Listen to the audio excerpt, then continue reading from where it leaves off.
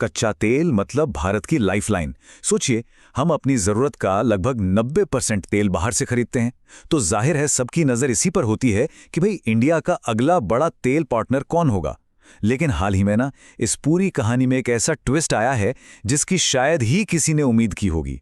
तो सवाल यह है कि 2022 के बाद पहली बार भारत का सबसे बड़ा तेल सप्लायर आखिर है कौन? किसने ये पूरा गेम ही पलट दिया है? और ये बदलाव सिर्फ पेट्रोल पंप तक ही सीमित नहीं है। नहीं, ये हमारी फॉरेन पॉलिसी की दिशा भी तय कर सकता है। ये जवाब बदला है फरवरी 2026 में। जो ताज़ा आंकड़े आए हैं ना, उन्होंने सबको हैरान कर दिया है। एक ऐसा देश जो कल तक इस रेस में पीछे था, आज वो सबसे आगे है। तो चलिए इस पूरी पहेली को समझते हैं एक एक करके। तो आज हम क्या क्या देखने वाले हैं? सबसे पहले ये चौंकाने वाला बदलाव है क्या, फिर देखेंगे कि सऊदी को इससे क्या फायदा हो रहा है और रूस की पकड़ ढीली क्यों पड़ रही है। इसके साथ साथ हम यूएस फैक्टर और वेनेजुएला की नई एंट्री को भी समझेंगे और आखिर में बात करेंगे भारत की ओवरऑल एनर्जी स्ट्रैटेजी की। तो चलिए शुरू करते हैं। सबसे पहले उन नंबर्स पर नजर डालते हैं जो इस बड़े बदलाव को कंफर्म करते हैं।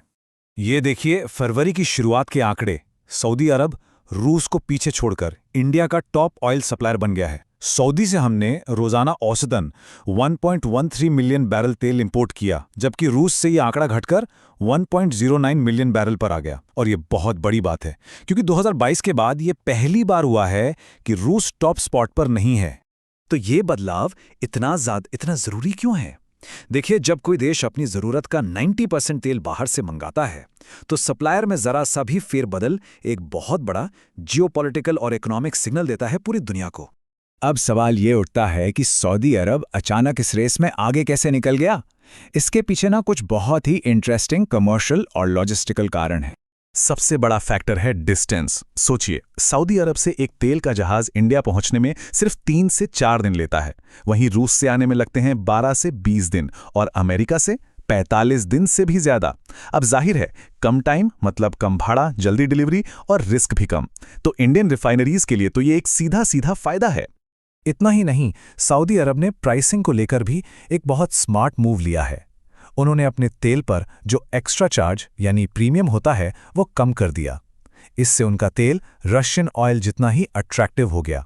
और उनके पास एक और एडवांटेज है, स्पेयर कैपेसिटी, मतलब वो जब चाहें सप्लाई बढ़ा सकते हैं। और आखिर में ओपेक प्लस के लीडर होने के नाते वो इंडिया जैसे बड़े मार्केट में अपनी पकड़ किसी भी हाल में कमजोर नहीं होने देना चाहते।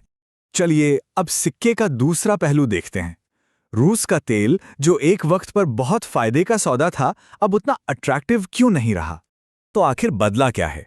देखिए, पहले रूस 20 से 30 डॉलर प्रति बैरल तक का भारी भरकम डिस्काउंट दे रहा था, लेकिन अब वो डिस्काउंट लगभग खत्म हो चुका है। ऊपर से जो वेस्टर्न सैंक्शंस लगे हैं, उनकी वजह से शिपिंग, इंश्योरेंस और पेमेंट, इन सब में इतनी दिक्कतें आ रही हैं कि रूसी तेल अब एक महंगा और सिर दर्द वाला सौदा बनता जा रहा था। इस पूरी कहानी में एक और बड़ा एंगल है और वो है यूएस फैक्टर, यानी हाल ही में हुई इंडिया यूएस ट्रेड डील का असर। जब ये ट्रेड डील हुई तो अमेरिका से कुछ ऐसी बातें भी सामने आईं, जैसे कि भारत अब रूस से तेल खरीदना बंद कर देगा। अब इससे एक बात तो साफ हो जाती है कि इस पूरे खेल में सिर्फ इकोनॉमिक्स नहीं है, बल्कि बाहर का पॉलिटिकल प्रेशर भी एक बहुत बड़ा फैक्टर है। लेकिन इंडिया का ऑफिशियल स्टैंड क्या है? इंडिया ने ये क्लियर कर दिया है कि ऐसा कोई कमिटमेंट नहीं किया गया है। हाँ, ये बात सही है कि रूसी तेल की खरीद में एक स्ट्रैटेजिक कमी की जा रही है। ये असल में अपने नेशनल इंटरेस्ट और बदलते ग्लोबल प्रेशर के बीच एक बैलेंस बनाने की कोशिश है। और अब इस कहानी में एक और इंटरेस्टिंग प्लेयर की एंट्री हो रही है, वेनेजुएला। सालों के सैंक्शंस के बाद वेनेजुएला का तेल एक बार फिर इंडियन पोर्ट्स पर पहुंच रहा है। अच्छा, वेनेजुएला का जो तेल है वो हेवी क्रूड कहलाता है। इसका मतलब इसकी क्वालिटी थोड़ी कम होती है, सल्फर ज्यादा होता है, लेकिन इसी वजह से ये सस्ता भी मिलता है।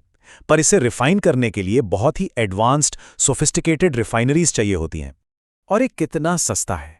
इतना सस्ता कि रिफाइनरीज को इंटरनेशनल मार्केट प्राइस के मुकाबले हर बैरल पर 8 से 15 डॉलर तक का डिस्काउंट मिल जाता है। ये एक बहुत बड़ा फाइनेंशियल फायदा है, खासकर उन रिफाइनरीज के लिए जो इसे प्रोसेस कर सकती हैं। इसका सबसे बड़ा एग्जाम्पल है रिलायंस इंडस्ट्रीज, जिसे हाल ही में यूएस से ये तेल इंपोर्ट करने का लाइसेंस मिला है। अब रिलायंस की जो जामनगर रिफाइनरी है वो दुनिया की सबसे एडवांस रिफाइनरीज में से एक है और वो इस सस्ते, हैवी क्रूड को समझिए सोने में बदलने की ताकत रखती है। मतलब इसे हाई वैल्यू पेट्रोल और डीजल में कन्वर्ट कर सकती है। तो इन सब अलग अलग पीसेस को जब हम जोड़ते हैं तो क्या तस्वीर सामने आती है? ये सब भारत की एक बहुत सोची समझी एनर्जी स्ट्रैटेजी का हिस्सा है। ये सब इंडिया की एक बड़ी मल्टी वेक्टर एनर्जी पॉलिसी का हिस्सा है। आसान भाषा में समझें तो इसके 4 सिंपल से रूल हैं। पहला, तेल वहां से खरीदो जहां सबसे सस्ता मिले। दूसरा, किसी एक सप्लायर पर कभी भी जरूरत से ज्यादा डिपेंडेंट मत रहो। तीसरा, सभी बड़े देशों के साथ डिप्लोमैटिक बैलेंस बनाकर चलो। और चौथा, अपने सोर्स डाइवर्सिफाई करो, मतलब रूस, मिडिल ईस्ट और अब लैटिन अमेरिका, हर जगह से तेल लो। तो ये कोई अचानक लिया गया फैसला नहीं है, बल्कि एक बहुत ही कैलकुलेटेड स्ट्रैटेजिक मूव है। तो सवाल अब यही है कि ग्लोबल एनर्जी के इस चेस बोर्ड पर जहां हर कोई अपनी अगली चाल सोच रहा है, भारत का अगला मूव क्या होगा?